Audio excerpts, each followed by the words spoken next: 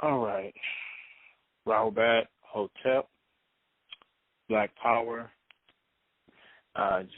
This is the first episode of Nine Mind Radio. And we decided to start Nine Mind Radio. I decided to start the conference call classes again. I'll give you a brief reason why. I changed the name from Science and Nuwapu to Nine Mind Radio. Actually, it was out of respect for my father because I'm not in the Nuwapian Nation anymore. It would be wrong of me to just to use the name, and I know how a lot of people think, well, you're using the name and you're not in the organization, and so why can't, do your own thing? And I'm like, okay, so this is what I'm doing. It would be wrong of me to anyone to use something that is not an affiliation or is the name of an organization. Let's say that as Science and Nuwapu, I was still, quote unquote, connected. So now that I'm not, but I'm still in connection, do whatever I can to help my father any way I can, even if it's just medically in his situation physically. I don't want to do that. It'd be like with anybody. You leave, but you still use the name, and people can still say, well, you're still trying to gain something away from the organization, which is, I completely understand that argument. It's the main reason why I changed it to Nine Mind Radio, Nine Mind, Nine Reasoning, which means that the subjects also, another reason why Science and Nuwapu was changed from Science and Nuwapu to Nine Mind is because under Science and Nuwapu, for the most part, if you go on my YouTube page, a lot of my classes, and a lot of them will still be there. Some will be taken down very shortly. I'll actually be doing that probably tomorrow morning. I might do that tonight. Some of them, I think the Moorish class, I'll be taking down. The Origin of the White Race class, I'll be taking down. I should have been took that down, but it's be time now. A lot of those classes were like explanations of, let's say, the actual facts of Mayattat. And it was like stuff that was like totally doctrine-based. There was nothing different, nothing outside of that. So it became a difference. Like, say, for example, if I wanted to talk about the Trilateral Commission and Bilderberg and Council on Foreign Relations, which my father mentioned in the Luciferian Conspiracy, but there's other information that may not be in that book that I was able to find, it would not be under the umbrella of Nuwapu, however, whatever word you want to use, because it's not something that they're talking about exclusively. See, the United Nuwapians Worldwide or the United Nuwapian Nation, whatever name that is going under now, it's Mayattat and Patharak. So for me to use that would be wrong. Now, in terms of the language, that is something that was given to all of our people. So that is still being incorporated. That is something coming directly from my father, Dr. York. Now, there are people who have a problem with me using my father's name, which doesn't even make any sense. All I'm doing is saying the opposite, saying the obvious. I'm his blood son. Also, he's also my spiritual master as well. So I have a right to use that because if I didn't, I would be a liar. There's people who are sons of his and non-sons who are like, I don't want to use nothing from him, and I feel that's disrespectful. So me using it and me making sure everything I do is all wise, right, and exact is to be respectful of everything that he does and to make sure that I live up to a name. I put myself on a pedestal by even putting his name next to my name because his name speaks works. Judge man by his works. That's reality. Man and woman. Does a person by their works.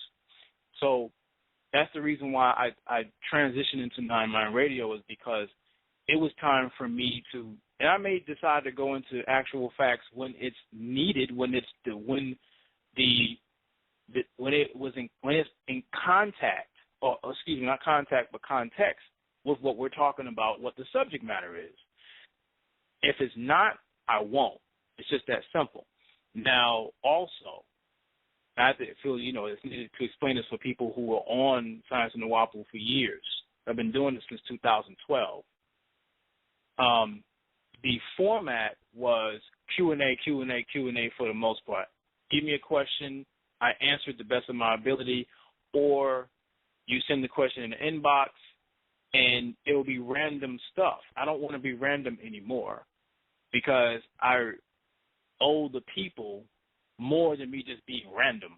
You have to have an agenda to what you're doing, and you have to be original. Because if you're not, it's like, what's the point of me listening to you if I could listen to anyone else saying the same exact or doing the same exact thing? I have no problem answering questions, which is fine. That's usually what when we come off of the mute, which is where we're on now. People can bring questions, but they have to coincide with what the subject matter is. Too many people, I noticed this over the years, my father will have a whole class about a specific question or a specific subject, and it'd be 8 questions going totally away from that, which really is ego-based. Has nothing to do with the situation, but you would rather it be only about what you want to talk about and not what the real reasoning and the purpose was. So you take away from what was the reason of the whole class to suit your own agenda. And people don't check themselves. See, and I've noticed that over the years, so I said we need to have some type of a structure to what we're doing, which is why we're doing this now the way it's being done now. So going over, before I even go into the subject matter, which is white buffer classes, I'm going to go over certain things. I'm going to give shout-outs before and after. Again, shout-out to Houston Unity Tribe. Shout-out to Mike Harrell, the brother that made my first, he actually made the covers for my DVDs, the Secret Covenant, Rex 84, and he made one for the Khoisan DVD that's actually be coming out in a week and a half on the lecture, which I'll be doing on October 30th at Live Oak, which will be the Khoisan Tribe of South Africa lecture, which will be under the auspices of Timshir Heru under Dr. Perry Cowles, Kepra. And also YG Preach, or he goes by on Facebook, Preach Lumumba. And he's done things for free for me. He's always been helping me out. Whatever I needed, he did that, and shout out to him.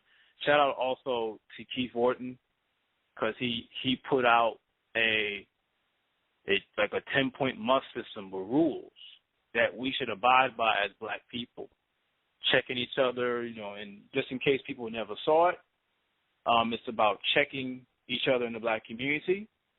It's about checking pedophilia, molestation, things like that continue that we're not talking about. It's still hush-mouth Negro crap that we don't want to get over. Pedophilia still goes on to this day in the black community, and we don't say nothing about it. We actually shame the victims more than I've ever seen in my life. It's ridiculous. But he, in his rules, addresses that and what we should do with people who continue to violate us.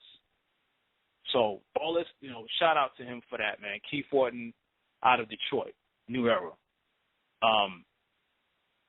Again, I'm just shouting out people, man. Shout out to Ali Asghari for continuing to do what he does. I respect the people I mentioned. I respect them because they remain consistent in who they are and what they do. Most people are not very consistent in who they are. They pretend to be something that they're not for whatever reason that is. But the best way to be, man, and this is from my heart, is to remain consistent. And these people that I've mentioned are consistent individuals. Also, shout out to Olu, Pat, and it's just, it's just time to move on and deal with people who are consistent. I was just watching certain things. The sister Brittany actually sent me something today with Jesse Jackson online. I'm just be going over certain subjects before I get into the actual subject, but this is very important. The brother, Jesse Jackson, he ain't a brother of mine. I don't know if brother you all's, not a brother of mine. He connected or compared Hillary Clinton to, was it Jesus and Dr. King, and that's very peculiar because there's evidence that supports the fact that Jesse Jackson helped get Dr. King killed. It's not a conspiracy theory. It's a reality. You gotta learn to connect the dots, people. The problem is, one thing I've realized is that black people are under the impression or under this spell. It's not just a spell of religion. It's this perception that you have certain black leaders that was conditioned to be over us.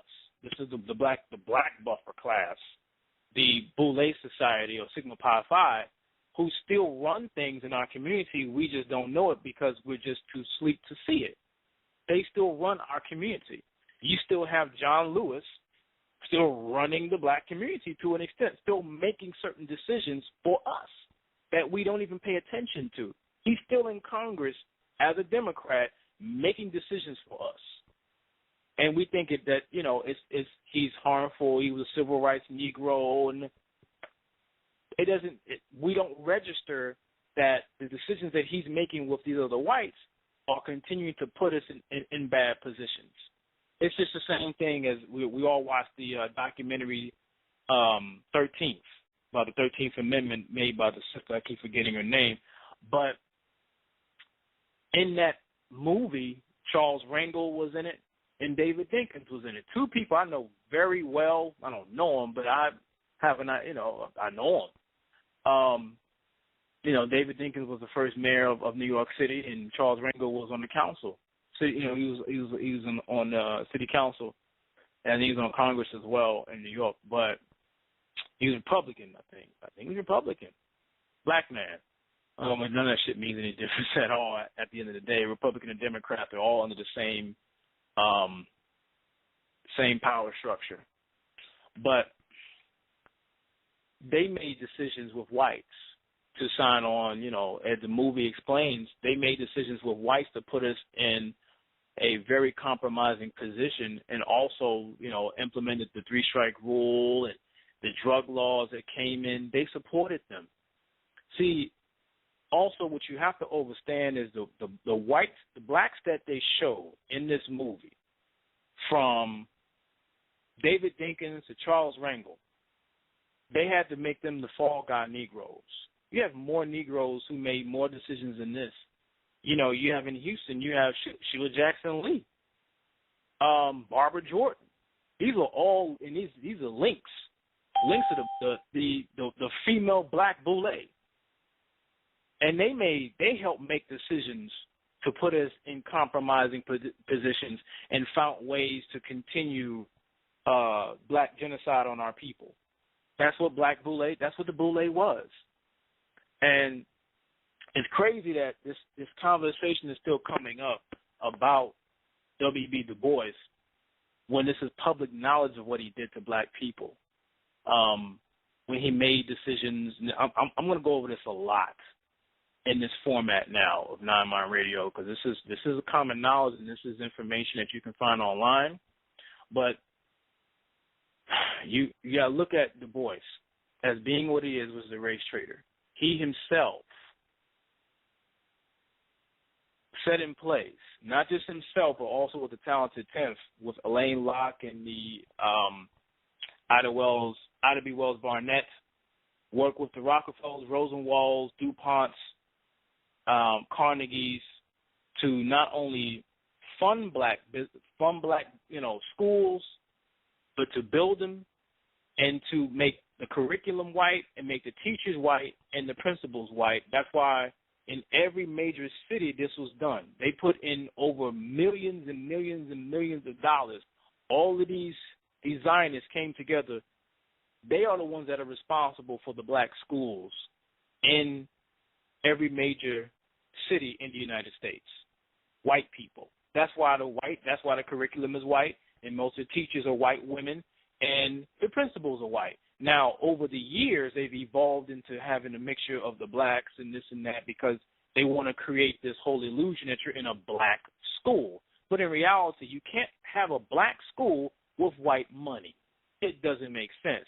But the whole purpose of the boys coming in with them and creating this whole power team with the Talented Tenth and the Zionists coming together with the Rockefellers is to make sure that you don't have any more black troublemakers. And Marcus Garvey was the black troublemaker that he helped eliminate, along with R.R. Moulton, who was another black, as I called him, a black splinter cell. He as well was a black boule.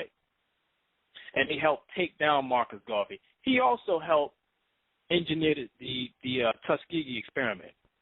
But moving on, what we have to learn how to stop doing is when we ask for information, we get mad at it. You know, or we ask for things and we get an attitude. You understand? Again, Du Bois and even Dr. King. Dr. King was indicated as being Boule, Sigma Pi Phi, black elitist in 1989 New York Times. This is online. I have no reason to make this up. So, again, his whole movement was nothing but a covert operation to keep blacks suppressed. It was not black liberation did not rise back up until you had a black liberation army, which Assata Shakur was a part of, along with Mutulu Shakur and others that were part of that. They did not want black liberation to rise back up, because then that means either we taking something over in this country or we are repatriating and taking our people with us. But if you're having a civil rights struggle or issue or movement, then you can contain the blacks. Because remember, whites do not, as the ancestor Steve Coakley says, whites do not seek to destroy black leadership. They only seek to contain it. So you can have these Jesse Jacksons making these comments, and you can have the Al Sharptons, and you can have the John Lewises and the Sheila Jackson Lees play the part of supervising the Negroes, which is all they're doing. That's it.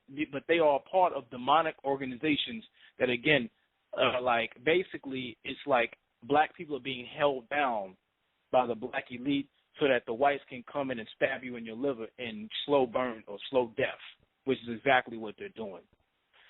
And I want to move in, again, I want to move into another subject. Again, before we go into these subjects, you have Birth of a Nation. Now, I'm not going to take a long time talking about this.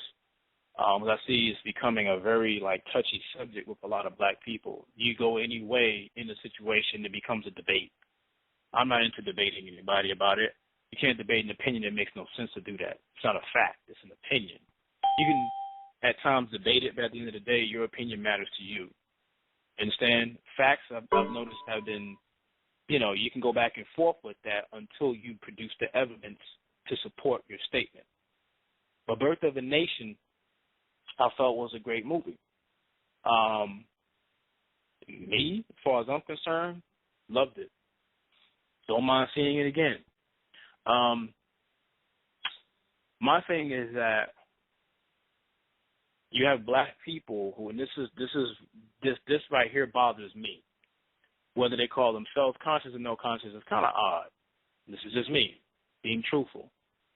You have people who ask for, this is not anyone in particular, but I'm just saying this is what I've seen. They've asked for black movies that were based on historical period pieces, whether it be slavery or whatever it was. We've asked for a black perspective, black director, black writer, black producer. We get this, and we don't want it no more.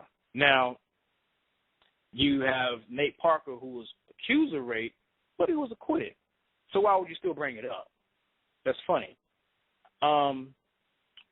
Married to a white woman, totally get it, total race trading bullshit.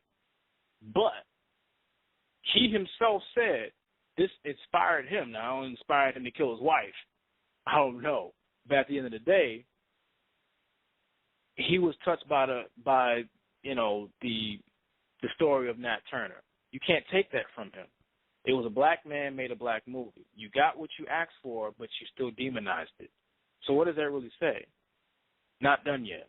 You also have Tariq Nasheed, who's making a Haitian movie about the history of Haiti, really it's pronounced Haiti. He's making a movie that's gonna chronicle all of the history of Haiti up until a certain point, and he's getting he's getting some type of advice from James Smalls. I'm not sure if he's going to Bonilla Bello or not. She's also just as good as Professor Smalls on the subject. But he's making the movie. He decided to put Hidden Colors 5 on the shelf for however many time he's going to do it to do this movie because no one else has really done it. The certain subject is another reason why I decided to do the Khoisan lecture is because very few people have even done the subject of Khoisan, and very few people have even touched the subject of Haiti, excuse me. And there's people who don't want to support Tariq Nasheed for whatever reason. I have no earthly idea. I don't know at all. It's weird. But yet these same people won't make a movie themselves. That's funny. You don't want to support a black man who's doing it. You complain that it was too much white people making the movies. Black men do it, but you don't support it. So you're really walking in a perpetual circle. If you don't want to support the movie, why not just come together with people, create a Kickstarter page, GoFundMe, create your own movie? Then I have nothing to say, and it's not looked upon as just complaining. But that's what's going on right now, which is just a lot of people just bumping into each other with complaints. You also have right now John Legend. John Legend is making a movie about the Black Wall Street. So are you going to support that, or because he has a non-black wife, you don't support it no more? That's a decision that you all have to make. I'm not sure if I'm going to see it or not. He also was helping out with the show Underground. I'm not sure if y'all have seen Underground, but I thought Underground was a good show. There's some people who didn't look at Underground because he had a non-black wife. That's the decision. Again, this is the solution to that problem. Come together with a group of blacks who have money, have jobs, who are into saving their money and are going to invest in making a movie, put the movie together.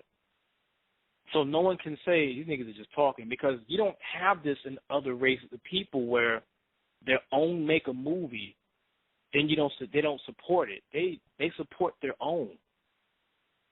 The Latina community will support themselves to death. The Asians support themselves to death. There is no excuse for that. We got to get on the ball because they got that from us. So we have to start doing that. That's the thing. I'm not saying don't make the movie, but make the movie rather than just sit around and say, I don't like this person, and you just sitting around talking about boycotting something, and I'm like, boycotting what? You're boycotting a movie? Why not make a movie yourself? Whether it's low budget or not. The Patrice Lumumba movie was not picked up. It's on YouTube right now. If people wanted to make another Patrice Lumumba movie right now, since people love them so much, come together, put the money together, make the movie. I don't see any conversations about this. All I see is people talking. That's why, at this point, I just don't entertain the conversation, because I'm going to ask this individual politely, since you feel this way, will you come together with other black people and make a movie yourself? If not, I don't have a conversation. We move on from this, because we have to create constructive conversations. Dr. Neely Fuller says we have to limit the non-productive conversations between us as black people, because we are the most destructive people that we've ever seen because of white supremacy, of course. And we are not trying to change that destructiveness. So to limit the destruction, limit the conversation, and make sure whatever conversation it is constructive. Okay? Now, going into what we call white buffer class. The reason why I decided to do this is because there were several reasons, but one major reason is because you have a website that's called Stormfront.com. Now, Stormfront.com is .org. Just in case people would like to get on it, I really advise that you do get on it. And also advise you all to find the book, if you can find it on PDF, The Turner Diaries. It's a very important book that black people should find. I'm going to go into why it's important. But on Stormfront.org, you have all types of whites, all types. It's not just one group of whites. It's not the River Oaks whites. It's not the gay whites. It's not the white supremacist whites. It's not the KKK whites. It's not the conservatives. It's not the liberal. They're all in the same website together, planning, talking, and they all know their place in their different classes, whether they're rich or poor. See, the thing is that we don't. When we study white supremacy, perception-wise, we think white supremacy is us saying that white people are better than black people. No, it's not what we're saying. They are at the top because of how they got there, which is what? Through slavery, colonialism, the stealing of African resources, the Federal Reserve, the banking system. That's how they got there. The Council of Foreign Relations creates that buffer class because they abide by that, and they've been abiding by a code of keeping African people all across the world down and suppressed and oppressed. But you have to look at things from a hierarchy in white society. Otherwise, you're not really studying your enemy very well. See, they've been studying black people for years. That's why they're able to infiltrate black organizations very well with other black people. They use black people, usually the same black buffer class, of course, Boule members to this day, and even non-Boule members, just race traders, to get inside of our organizations and tear them down from within. They've been doing it forever. But the buffer classes that I'm talking about, let's say you can start from the top. You started the Rockefellers, Rothschilds, who own most of the world's banks of the world, most of the banks of the world. The Rockefellers are the Chase. Whenever you see Chase Bank, you're thinking David Rockefeller. You're thinking David Rockefeller owns that. That's why every time you turn around, you're seeing a Chase Bank all over the place. You're thinking of Carnegie. You heard of Carnegie Hall? You got the DuPonts. You have Rosenwalds. These are all families who have continued the wealth that they created through slavery and through colonialism, because there would not be any Rockefeller if there was no colonialism. The first Rockefeller, Rockefeller Sr., along with his wife, Laura Spelman, who was responsible for Spelman College, he was responsible for the funding of Cecil Rhodes going into Africa and colonizing. So that is a top hierarchy. That's a class. That's a class system. That's the elites group that people talk about, the bankers. That's a part of that buffer class. That's in the middle of that, they're at the top. But within that middle is where we're going. These are the wealthy, these are the elites. You have beneath that, those that still own ABC, NBC, CBS, WB, they're not as rich, but they're close to being the elite level. You have the George Soros of the world. He's not on that complete top, but he is just as close. He's not a Rockefeller or a Rothschild, but he's a level beneath. That's another class. George Soros, Black Lives Matter movement or Black Lives Matter. He funds them. The new civil rights movement, Black Lives Matter. Because if you look at the civil rights movement, you had a man named Maynard Rustin, whatever his name is. He was a black man, homosexual, who was sleeping with a Jew, and he opened the back door for the Jews to come in and infiltrate, other civil rights movements that was at the time helping blacks. But then once the Jews came in, it changed the whole ideology at that time. So you have people like George Soros, and George Soros was also a part of the civil rights movement as well. Okay, so you have people like, Bernie Sanders, who was also a buffer class. Bernie Sanders is a politician who was also part of the civil rights movement, but he's also a Zionist. So he plays the role of, these are roles that they play. Because the whole point of it is because they attack black people as if, not as if you know, but as if you don't and you never will know. So people like, again, Bernie Sanders, which is a class, still part of that buffer class. He's not as rich as, let's say, a George Soros, but he's still a part of that system of white supremacy that is playing the part of helping black people. You understand?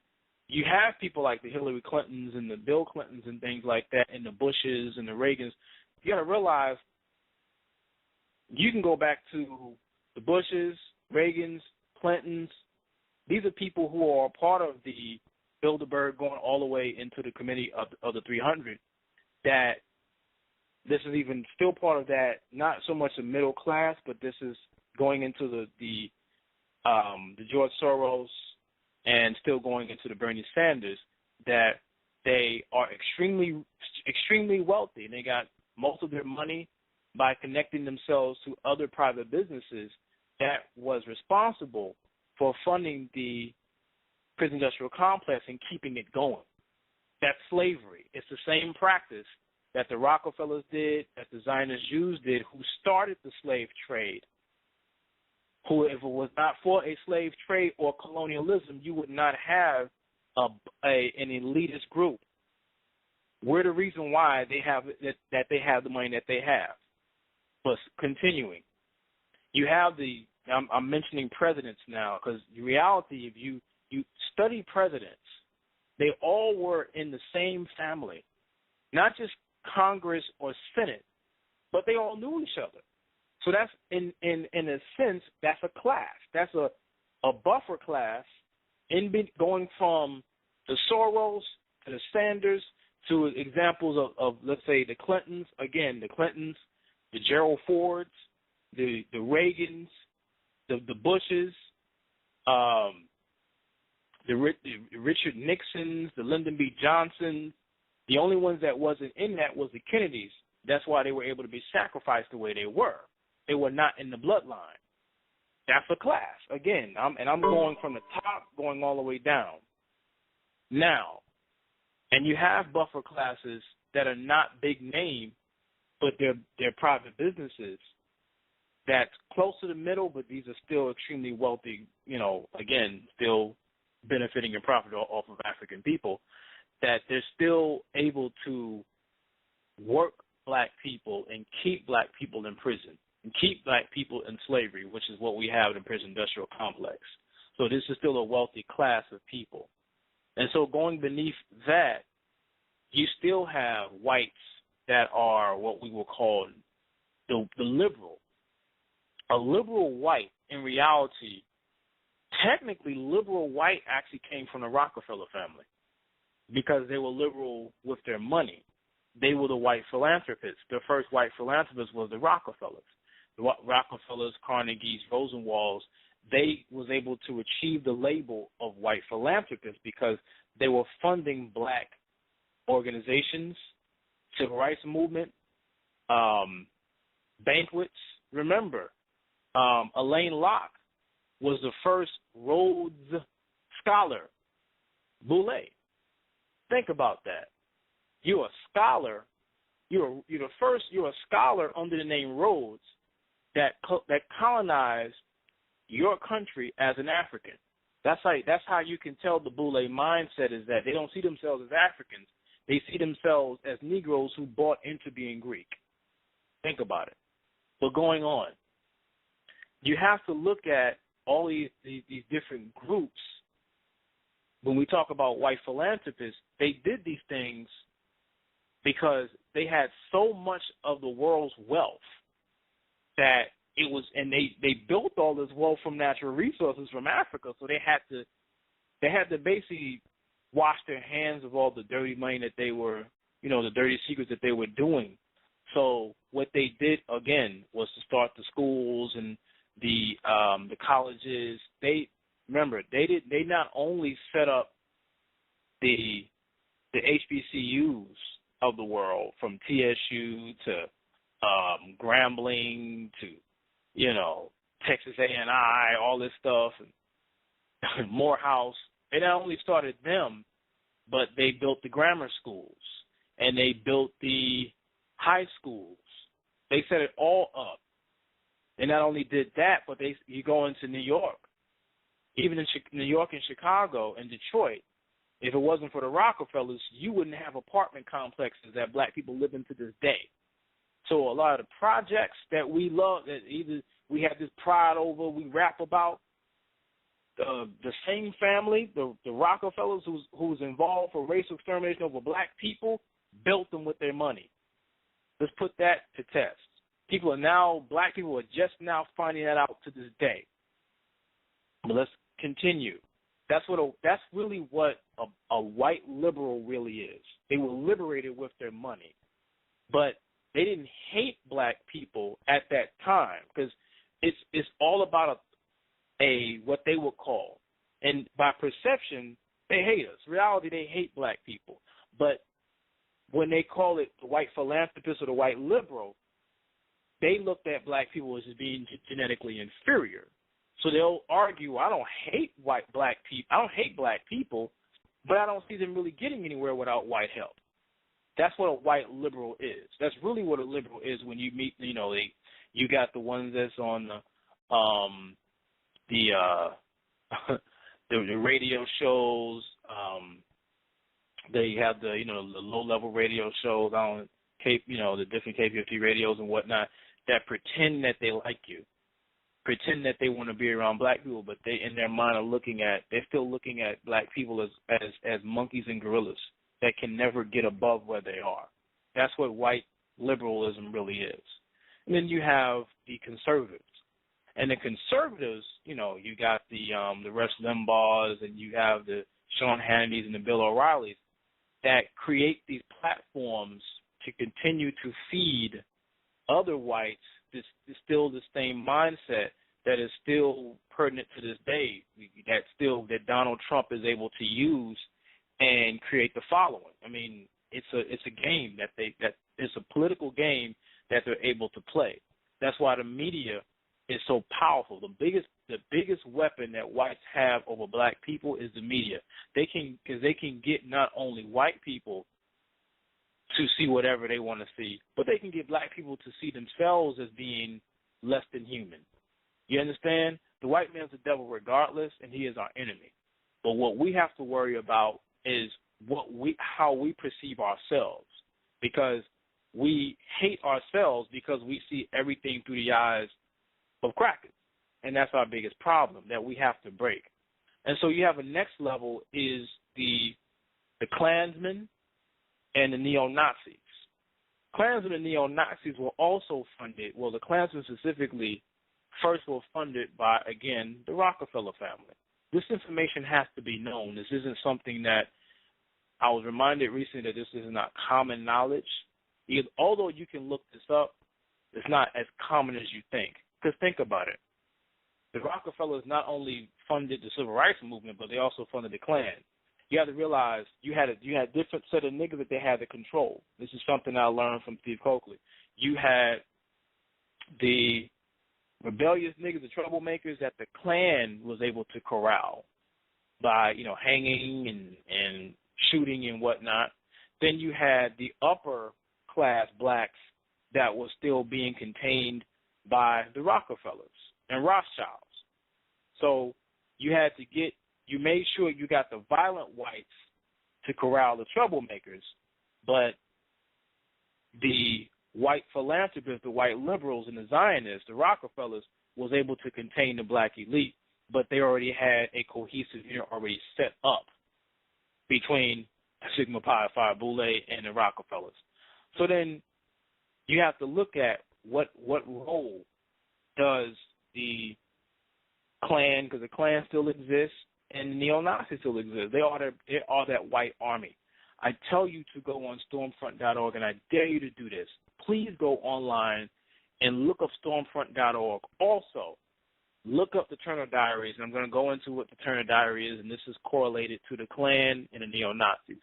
This is a book that is written that has been quoted from, even from Timothy McVeigh. It's also quoted from Dylan Roof, and it was quoted from the cracker kids that did Columbine, that basically it was an ideology set up that planned a strategy for eliminating black people from the planet,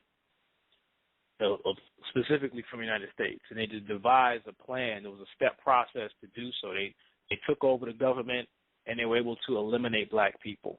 And they're bringing this back up. They're bringing this whole ideology back up on Stormfront, as well as a website called Niggermania. So this is the violence that you see. They're able to infiltrate, the police, but the reality is the police have always been nothing but the new form slave catchers anyway. You can't say things like, well, they were infiltrated. No, cops were always our enemies. They are trained to see black people as the enemy. This goes back to Rex 84. They are part of the nation state race soldiers that are also the Pink Dot group that's responsible for corralling the blacks and putting them in either you're going to die or you're going to be put in a concentration camp. So you have these situations that go on, violent situations that go on that are not being checked by the cops, but they're all. Why would the group that set this up check themselves? That doesn't make any sense. So all this violence that you see on our people, these public hangings that you see, the public shootings of black people, is meant to instill fear that there better not be another black liberation group trying to rise up and fight back or relocate or at least separate and create your own base to protect it, because you have to create a protection base if you're going to create some form of economic base or resource base. Do one first. So again, when I mentioned the neo-Nazis and the Klan, they can fall into any place with any white person that you talk to every day. So the thing that black people don't understand is that you have so many white people around you, you don't know what their ideology is, but they all want to get rid of you. So you look at them, when you find a white person that's nice to you, you know, they're not bad. You know what I'm saying? They cool. I got a white friend, blah, blah, blah, blah. Not knowing that this person can be going to their meeting, how can we exterminate more black people? See, you don't see them as your enemy, so you think that everything that they're doing is like, well, it's, all white people ain't bad, so I can't put him in the same. So you kind of, you play yourself. Playing yourself is really funny, but at the end of the day, it's you only playing yourself. Because you refuse to study your enemy, because you don't see them as your enemy, and that's the biggest problem. You don't see them as your enemy, so therefore you'll never study them. But when I mention all these groups, this is all buffers, and they're like literally different classes of whites. Remember, when I mention these groups, every one that I mentioned was a different buffer class, because at the very bottom is still whites that are still Klan members, still neo-Nazis. You have to watch out for certain tattoos that you see, certain stars. Watch out for the 1488 tattoo. These are tattoos that regular white people have that I see every single day. The problem is black people don't know what to look for. So we think that whatever we're seeing is like, well, it's a regular white person, da-da-da-da. So you're still in the matrix. You think you're not, but you are, because you're not paying attention to things that you're supposed to pay attention to. So when I mention buffer classes, that's created to separate. It's a classism within the white race. And every one of those classes I just broke down to you, because they're not all in the same bunch.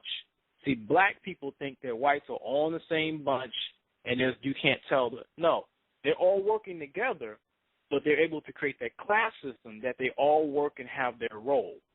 You understand? You can, again, I can take it all the way to the top of Rockefeller, or I can take it to the poorest white person walking that street. They all are codified against you. That's why these classes were necessary to be broken down.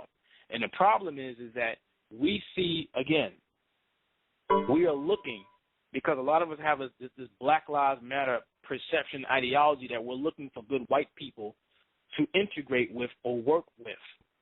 And that's the biggest thing, is that I sit back and I watch these Black Lives Matter people from these that do these demonstrations. They get locked up and they get bailed out. These are George Soros planned publicity stunts, because the Black Lives Matter group is ruled by lesbians and male homosexuals.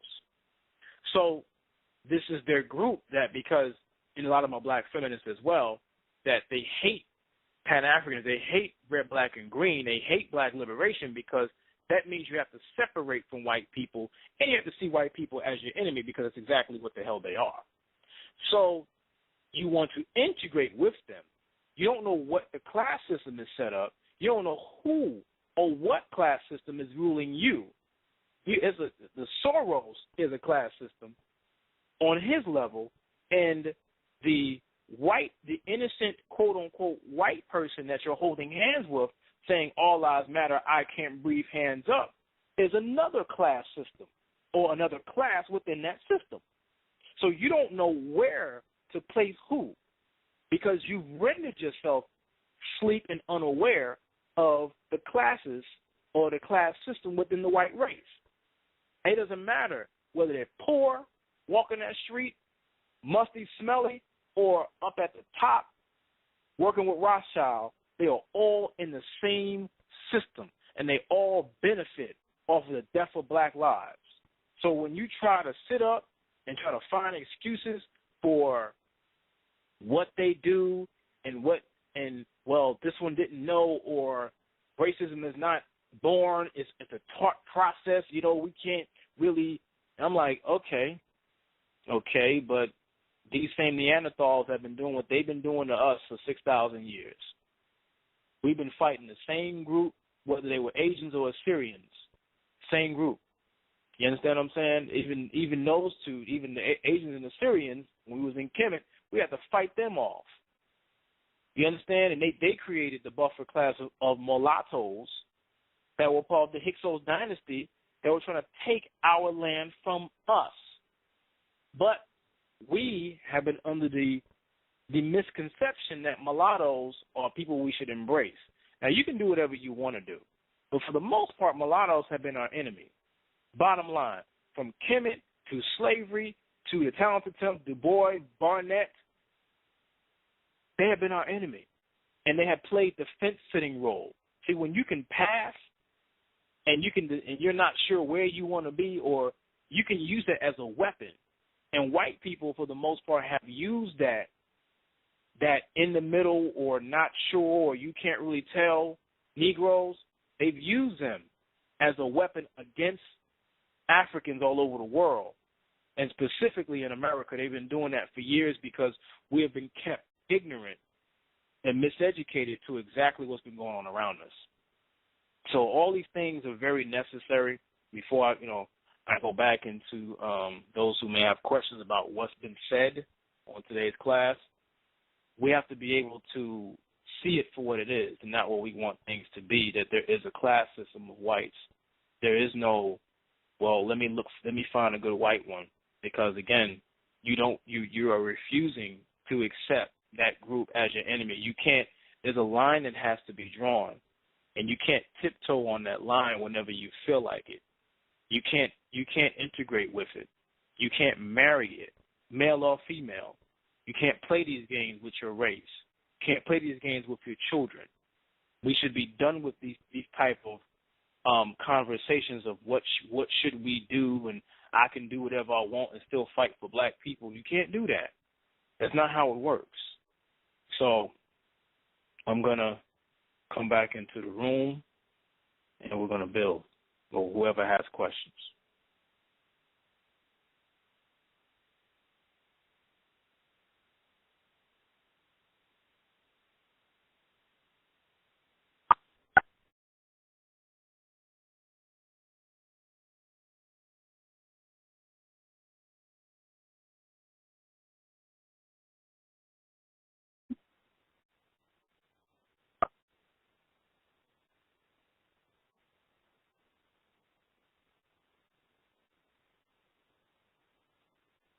Hello?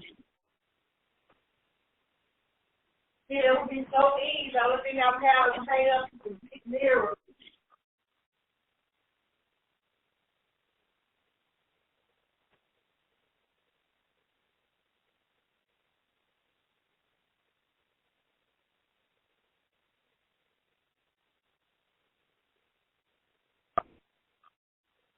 I have a question.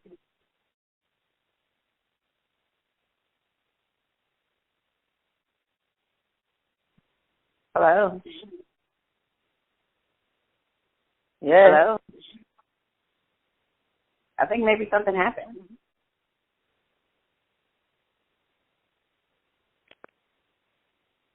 Yes. Can anyone hear me?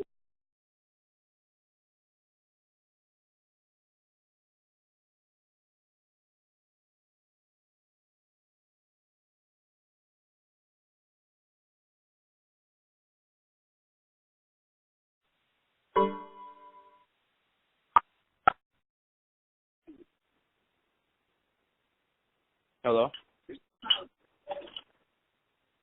Let me know if you can hear me. Yeah, I can hear you. I can hear you, brother. Okay, cool. I think I muted way too many times. I think I unmuted y'all, but then I muted myself away from y'all. I'm here. Anyone have any questions? I have a question, Brother Ali. You know, I'm one of your followers on Instagram as a daughter message and as well as Facebook. Okay. And How you doing? I'm doing fine. And I'm from Philadelphia, and I've been in the South, down here in the South since '93. And of course, I'm a school teacher, and I work around a lot of people.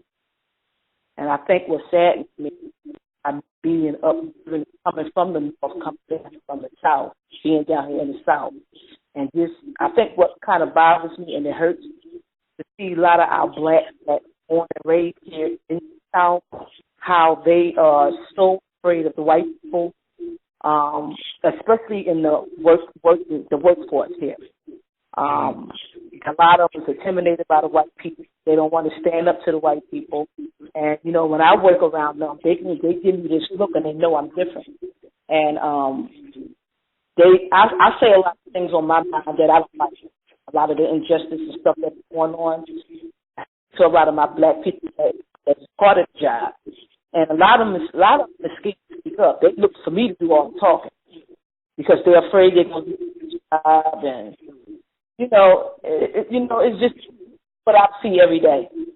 And they part of the cliques. And I'm not part of no cliques. I stand out and they see me. So I just wanted you to elaborate on that because, I know you've seen it too. And, just elaborate on that a little bit, brother.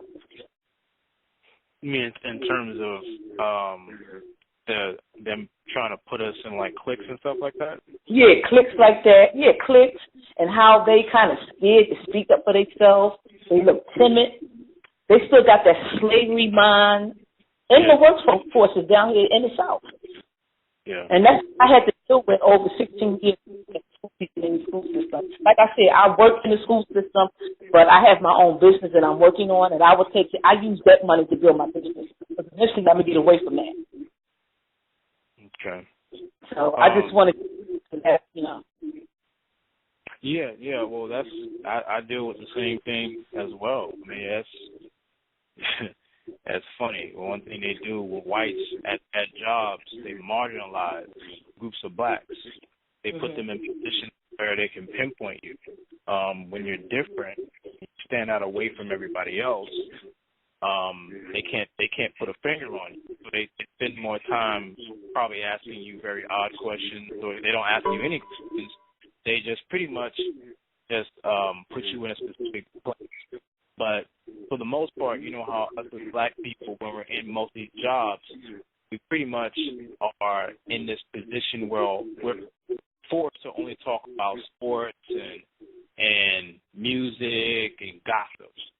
So we're able to be put in that place. It's the same slave thing that we do in slavery. We just talk about gossip, but not how to get off this plantation. So it's a plantation type thing where we have these images of working at their job still from slavery. in order to be able to provide for ourselves. In reality, we still act like slaves amongst each other because we, in our minds, Black, we don't have anything better to do. We don't have anything to look forward to other than basically gossiping all the time, or because it's like what we have. Just to give you more elaboration, you have what's called speculation science. And speculation science is more powerful than the truth to Black people. It means nothing to Black people anymore. Speculation science has been going on since slavery, where, it's like someone in the church is speaking with such and such. Ooh, man, that person is going, I don't know if I want to. It's gossip. So when you're coming around this person who is knowledgeable, you're hated because you're knowledgeable. The knowledge of Black people is hated, and it's been hated since slavery. So for the most part, we put in that quadrant because you refuse to be a slave. And saying, but you have to work your job. So they, the way covertly hate you. So because they know you're not going to talk about the usual BS that Black people talk about. And this is true. Because when we try, well, damn, I don't want to talk about no damn Love and Hip Hop. I don't want to talk about sports. I don't want to talk about that. Can we talk about this? They don't want to talk to you no more because you're not buying into the BS. So that's the thing. You can contain Negroes, only talk about mundane things that Black people are allowed to talk about. But you come in there and start saying, well, I think we need to start coming together and drop the white God. I ain't just talking about these. I'm talking about television altogether. They look at you out of disgust. So these are things that, of course, whites are used to because they created the whole dynamic. So these are just things. It's sad, sister, that we got to deal with that.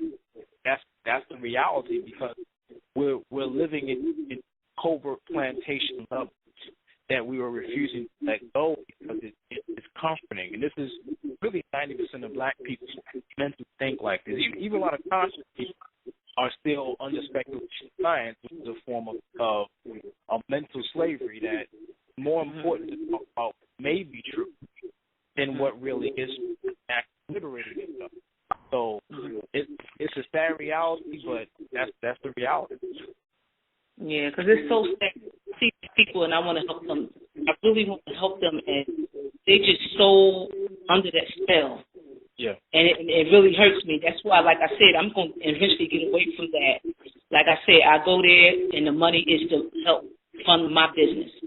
And in the meantime, once I get out, then I can be like a Harriet Tubman and get them out. That type of. But it's sad, and they know I'm not from the South.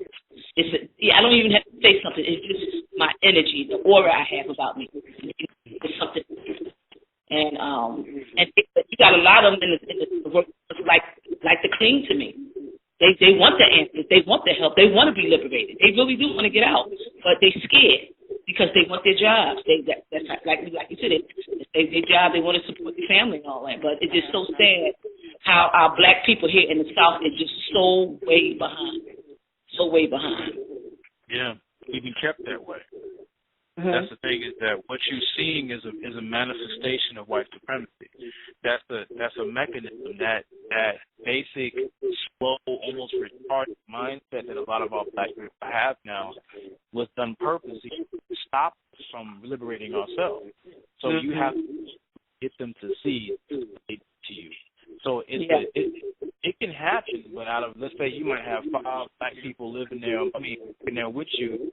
Out of that 5, you might have 1 that may agree, but that 1 that agrees with you, do whatever you can to build that individual. So I'm not here to be like hopeless. There is solution that you can just make sure that it's always going to be a few. It's not going to be all of them. It's never going to happen because slavery has damaged us, and the civil rights movement and immigration has damaged us to a real severe degree.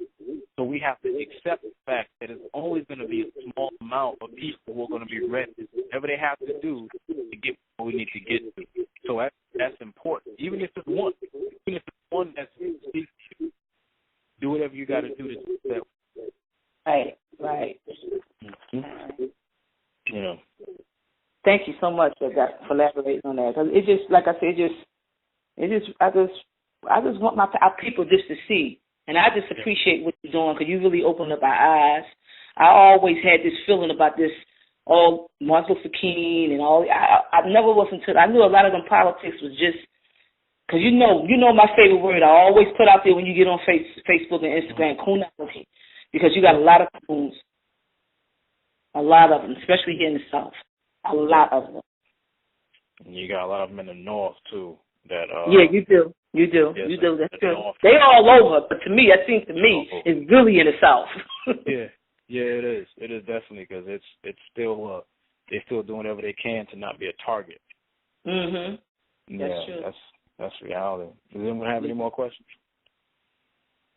I don't really have a question, but I'd like to if I could just make a comment about what you guys were talking about. I refer to it as comfortable. I'm sorry, this is a PSA. Hey, peace. I just wanted to kind of elaborate on what you guys were talking about. I refer to it as comfortable slavery, and I think the reason why, it's like you were saying earlier about, okay, you want to, everyone says, we want a black movie where we're not being, slaves in the movie, or if we're going to, be slaves in the movie, at least show, a slave that was, revolting or fighting back. And so when they get that, they still don't go out and support it, or you still get all, these criticisms about it, or, whatever have you. And I think it's because comfortable slavery releases our people of responsibility. I think I look at it the same way I look at religion. You don't have, you can put, if something doesn't happen, if you can't do it, if you can't make it happen, if you can't feed the family, if you can't build a house, if you can't grow food, so our people lean on not just the system here, but just white people in general all across the globe, because we've, for one, been so deeply indoctrinated to the point where I think at this point it's generational, trauma and hopelessness that's being passed along generation and generation. But aside from that, we don't have to be responsible. It's leaning on leaning on the system, with whatever handouts or anything, and everyone, thinks, especially in the conscious, I don't want to say conscious community, but particularly people that consider themselves Pan-African, but it's like, okay, well, do you realize what that involves? If you really want to be a separatist, if you want to completely remove yourself from this system, you have to be prepared to be responsible. And I think that's a large aspect that a lot of people are missing. It's like yesterday I did a post on Facebook, and it was like, about hating white people. And so I shared the post, and this one brother gets on there and he's like, well, you can hate white people, but white people own most of the businesses, so why don't you go tell, he said, white people own most of the businesses, and you're probably going to say you work for yourself, but they own most of the businesses, so how about you go tell them that you hate them? It's like, and that's how most of our people think. Oh, I can't feel this way. I can't be a separatist. I can't think outside the box. I can't be an independent thinker because I'm not going to get these handouts, or I'm not going to get these benefits, or I don't have this safety net, or I will no longer be able to get, benefits, and I'm doing air quotes right now, of this system. You know what I'm saying? That brother was clearly afraid of not being able to be employed by white people. You know what I'm saying? And instead of looking at it that way, why doesn't he not view it as him being able to start something himself, or whatever the percentage is that's being ran by them, then it's not 100%. So I'm like, so he could have thought of it, okay, well, hey, if, the majority of these businesses are ran by white people, let me see what I can do, with a black company or something that's ran by, a black person, or maybe I can start something, but this comfortable slavery takes all this responsibility away, and people are going to be happy, with, how things are. So, now it's a fad, and they're going to say they want this or they want that, but when it's time for action, you're not going to hear from them. No, it's funny you mentioned the even what I said last night about you telling me not to hate the white man is like telling the slave not to hate the master. And it's funny when people, you notice that that's a real common thing now for black people to say. Well, I don't hate white people. Like, you have to say that. It's like you feel the need to either correct what other people are saying or to tell white people, look, I don't hate you, but I just want what I want. That's what you're doing. So at the end of the day, you are telling your slave master, look, I don't really hate you. I just want a better place in your house, which is really what you're saying without accepting it. Just accept what you're saying is what you're saying. We're still on one big freaking plantation when we're locked in the system. If I say I hate white people, that is a nonconformist statement. I'm just making a nonconformist statement. If I say religion is bullshit, it's a nonconformist statement. See, people in a conformist mindset, even in religion, you make excuses for religion. You say, well, religion was really created by black people. I'm like, there's no historical evidence to prove what you just said. Only thing we see is white people stealing from us and creating their spirit and creating their sciences, which is perverted.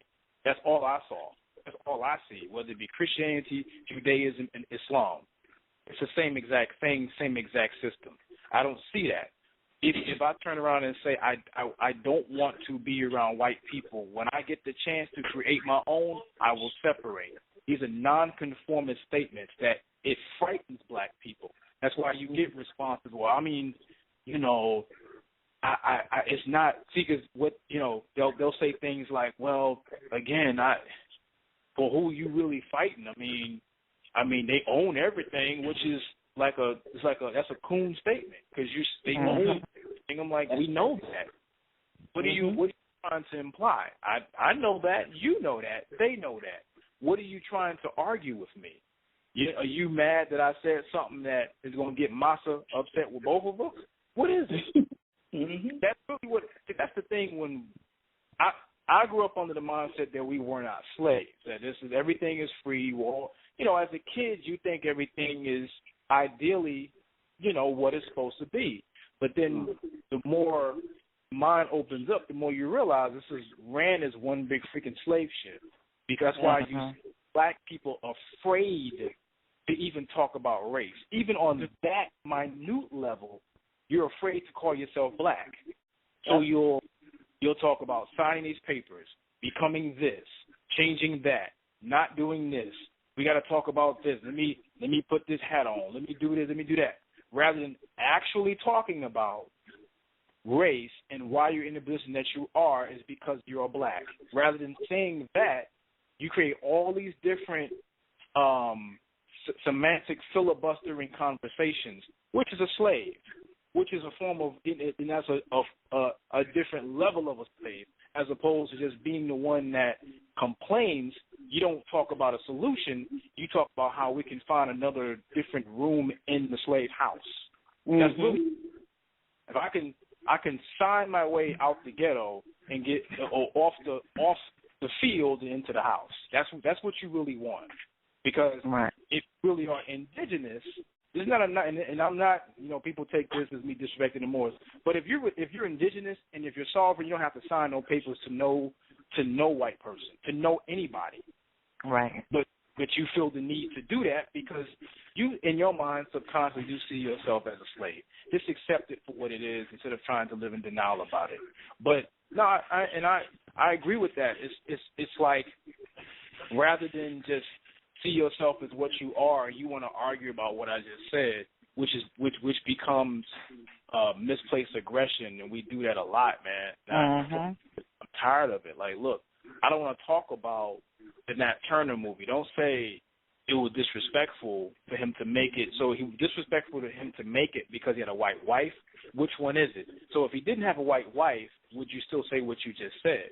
And I clearly get it, because I'm totally against shit like that.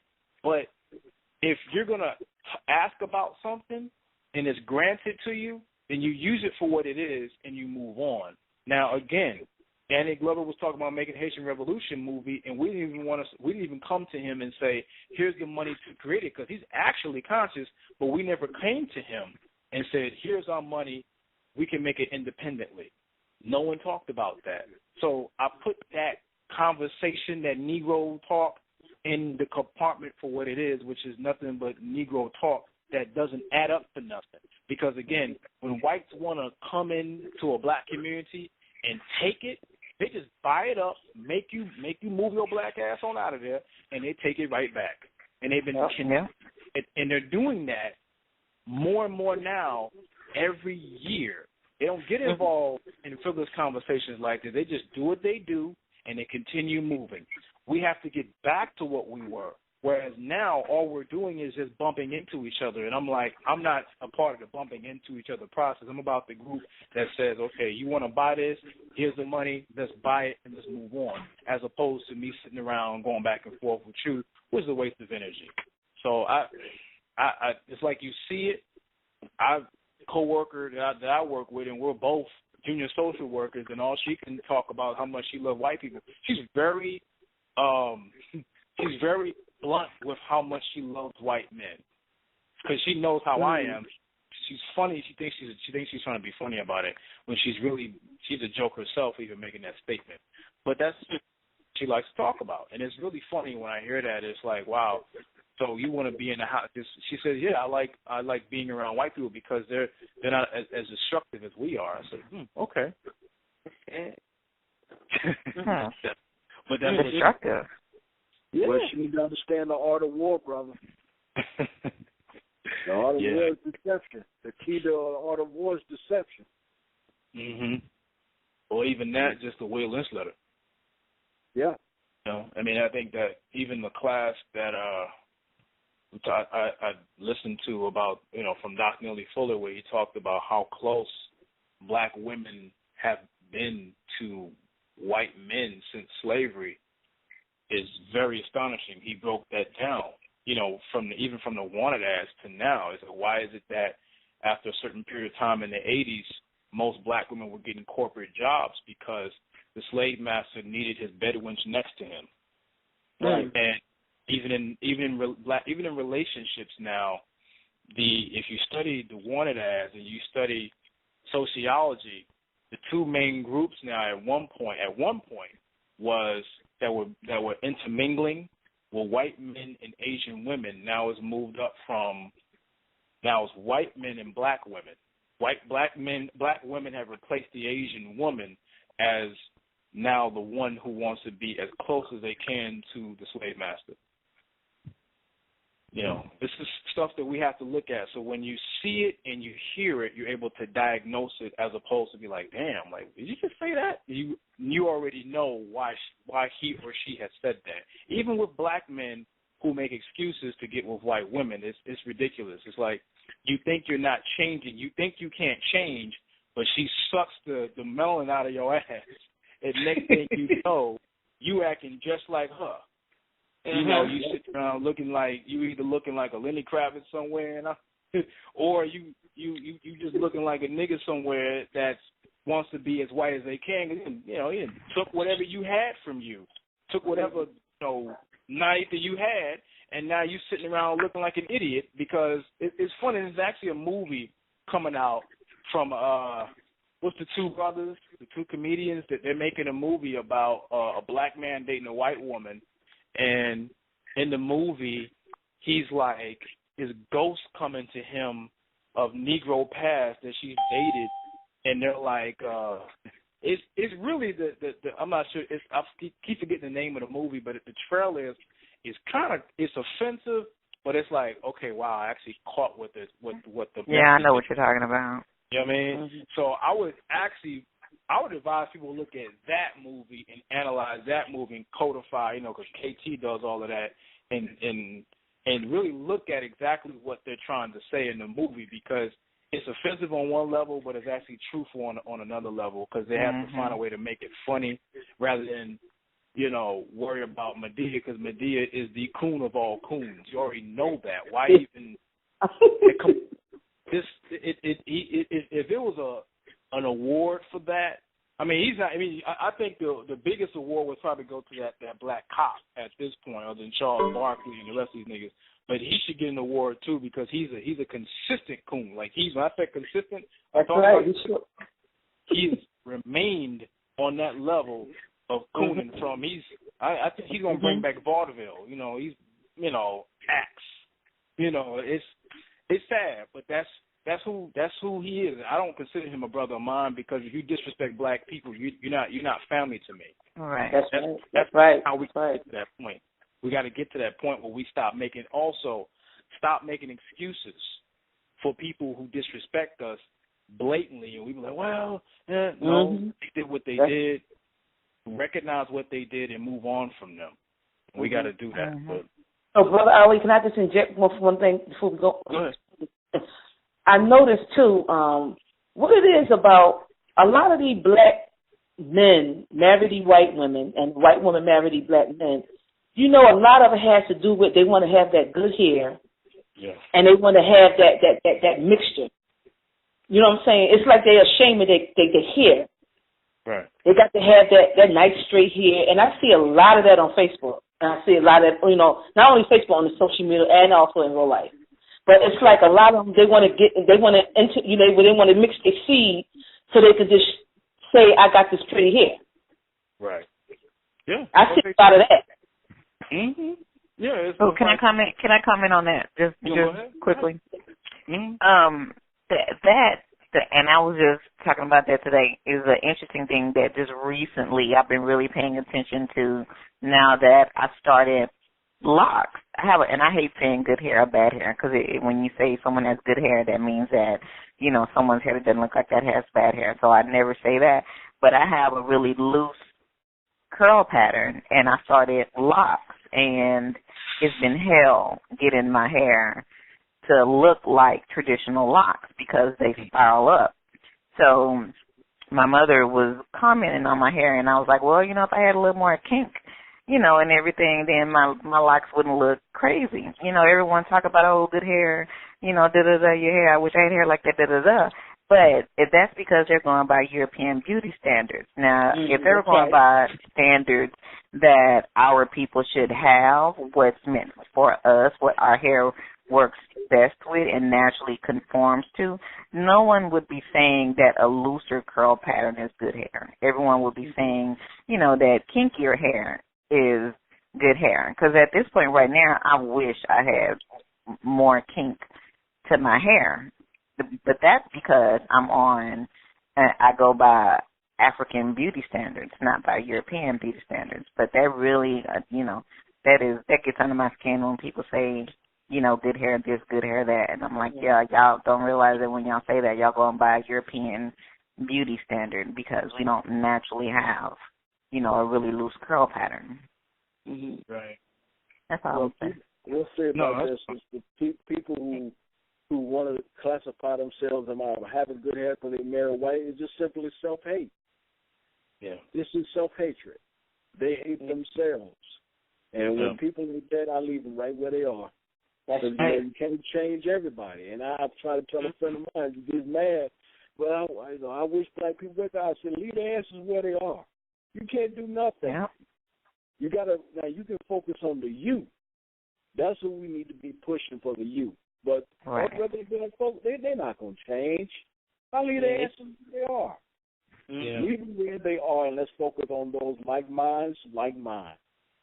Right. And I had that talk with Brother Griff, Professor Griff, and he said, like minds, like mine. We have to focus on those and weed the rest of them out. If they want to get on board, let's get on board. If not, leave them where they are.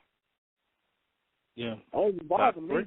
It don't bother me at all. Okay, you want to marry a white dude? Okay, go ahead. Bye. It's like less people you have to worry about. You already made your decision with who you want to be with. I mean, we going to what the sister said, and then going to what Asi said as well. Our mindset is trying to get out of slavery to this day. Right. We think that we're out of it, but we've we still have plantation mindset. So the greatest way to get off the plantation, as we all knew, or get out the field, was to be a bedwench, to get out of it. That grants you into white society, or as that at that time in the house. And so that child is a whole different status off where the other blacks were, the low levels that they wanted to call us. Also, because we marry a lot of times, this is something that I've heard recently, it made a lot of good sense from one brother. He said, there's many reasons why we marry outside of our race. One of the main reasons why we want to get off the plantation, we marry because of status. We don't see each other as a way to say, well, look, we're both in the same position. Let's build our way out, as opposed to let me marry my way out. And there's a lot of sisters who think like this too. That's why a lot of sisters will rather say, well, I don't want to get with a man who ain't got, he better have. Or it's like, why not build that brother who may have just got that certification or who has that job, that has the mindset of building for himself and not working. He may not be there yet, but yet you can work with that brother and get there, as opposed to saying you want a ready-made situation. Why should he want you if he already has what he wants? What do you know, that's the mindset that a lot of our sisters are not thinking about. Is like, look, if I already have what I want and I can already do for you, what are you going to do for me? I need someone that is going to be the counterpart, as opposed to someone just benefiting off of what I already have. And so the status part, we're under a misconception that status is based on who you marry and how much that he or she has. Because brothers do the same thing too. I'm not going to put nothing on any. I don't play gender games, because you got brothers who do the same thing. Subconsciously, you see yourself as a nigga in the street who's not going to get nowhere other than where they are. So I got to marry this white woman or even this Asian woman, because they are a level above me. That's going to get my status higher. Even with, you see this with the different the black actors, the black male actors. Specifically, you see that with the Taye Diggs. You see that with the brother who played in Selma. You see that with Nate Parker.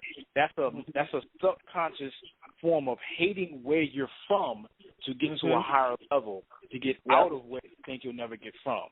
And then going into, she's talking about with the good hair. Because of everything that we've been through, our genetics have tumbled. So you won't, a lot of times, you get a sister or a brother that's born here in America, they're not going to have the same strong grayed hair as a brother that's in Senegal, that's in Lower Sudan, that's in South Africa, that's in different parts of Nubia. It's not going to be as strong. The ether level is not going to be as strong. Whereas here in America, we've been dealing with these crackers for so long that we're starting to humble as opposed to progress. So the way is to find a solution from that, where now we have to think about grades as opposed to non-ether, 8 ether, 76. We're not even on that anymore. We got to think about, well, what grade are you? Because we got to look at the reflection of what we've been dealing with this cracker. So that's happened. So we have to accept that. But it's a sister that I knew 4 years ago that had the same situation where her hair took a long time for her hair to lock, and it took a long time. She just had to work with it. She had to deal with it because of the situation. Whereas in my hair, it's like different. My hair is a little thicker, and other sisters is a little. It's going to happen. That's just the process of what we've been through. But that's a part of acceptance. We have to accept what's happened to us in order to say, well, this is what happened. So I'm gonna have to get with some brothers. I'm gonna, to make this brother to make sure that it's gonna be stronger the next time. And I'm gonna have to teach that same mindset to my children, that we're gonna have to progress in our genetics. This is not, about excluding mulattoes, but in reality, I don't care, because we have to be able to progress as a genetic group, because we're the strongest on the planet scientifically. So we're going to have to start going back to where we were. If we want to quote Kemet all day, truth be told, Kemet, if you weren't the color of the darkest of the dark, you weren't getting in. You were the devil to them. That was their thought process. They didn't deal with anything lighter than a certain group of people. If you weren't like how we quote from Namir or Mentuhotep II, if you weren't that dark, you weren't getting in. Like the brother, it's a meme that's going around online where it's one sister is sitting on a bed, and it's a sister sitting on the bed, and it's the brother sitting on the bed, and the brother's skin tone, she's dark brown, he's darker than she is. And if you wasn't that color, you wasn't getting in. You want to talk about Kemet all day? Let's talk about that. And you want to talk about who were able to keep themselves pure because they said, we're not going to go outside of this skin tone. We got to start thinking like that. That's historical facts.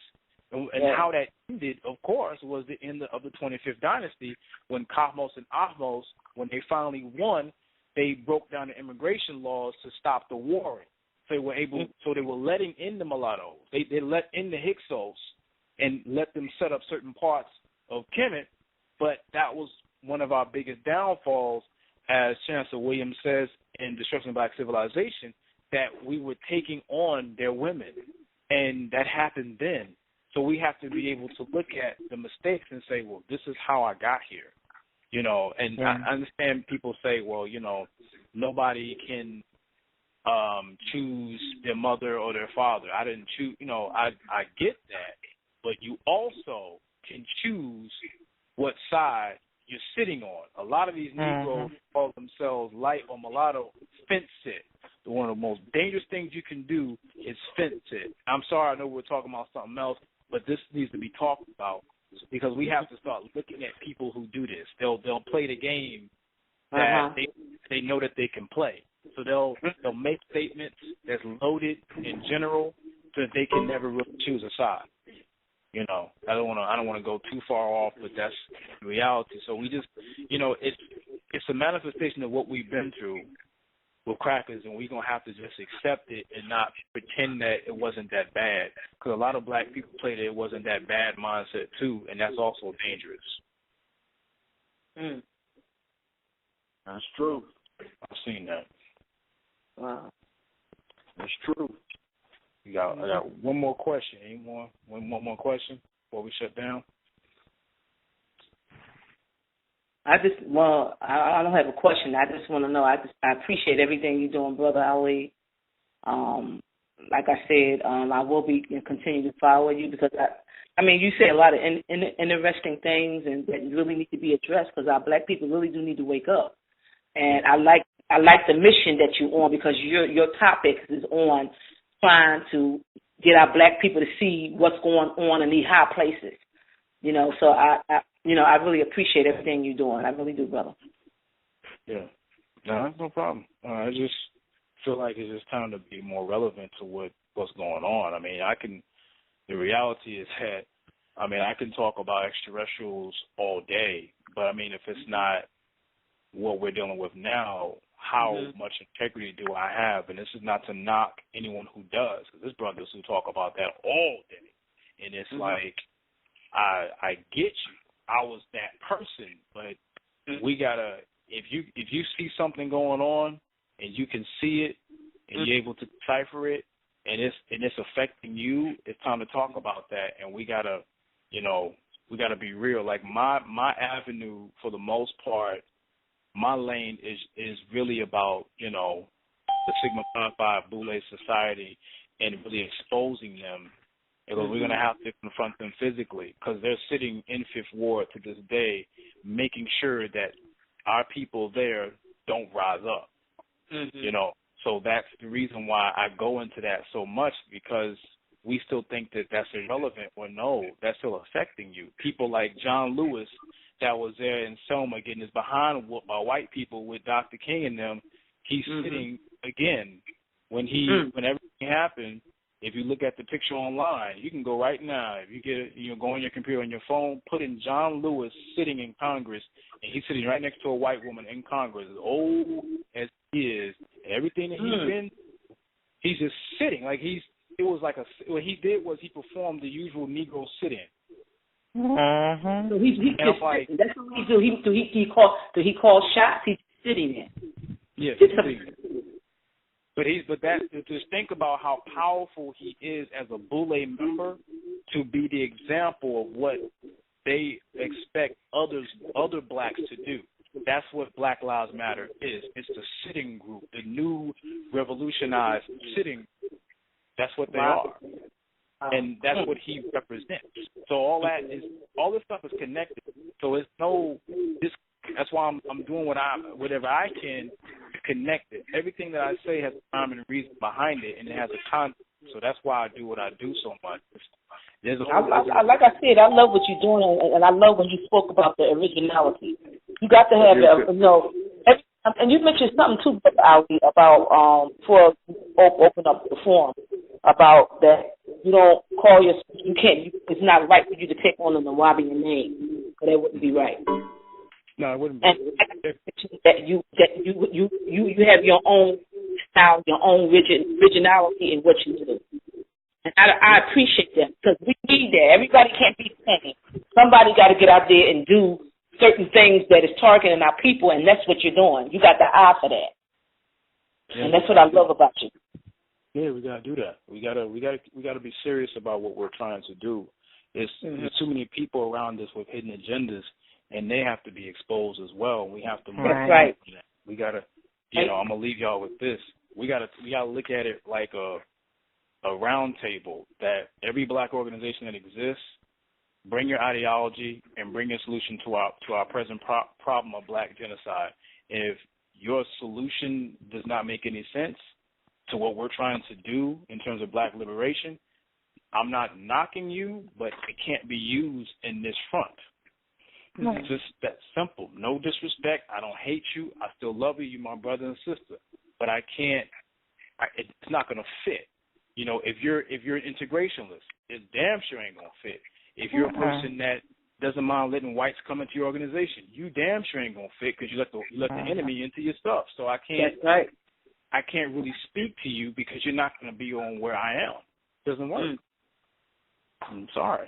So that's why I am. That's why I do what I do. So, But yeah, I just want to, again, this is a weekly thing that I'm going to be doing. Also going to be doing again videos too. So I upload just my own perspective on things as well. So when this is done, what I'll be doing, I'll be uploading this Friday morning to my YouTube channel as well. So y'all can, whoever missed it or just want to listen to it again, they can go and play it back as well as this too. So thank everybody that's able to get on, and I'll be doing this every week. So Hotep and Black Power, everybody.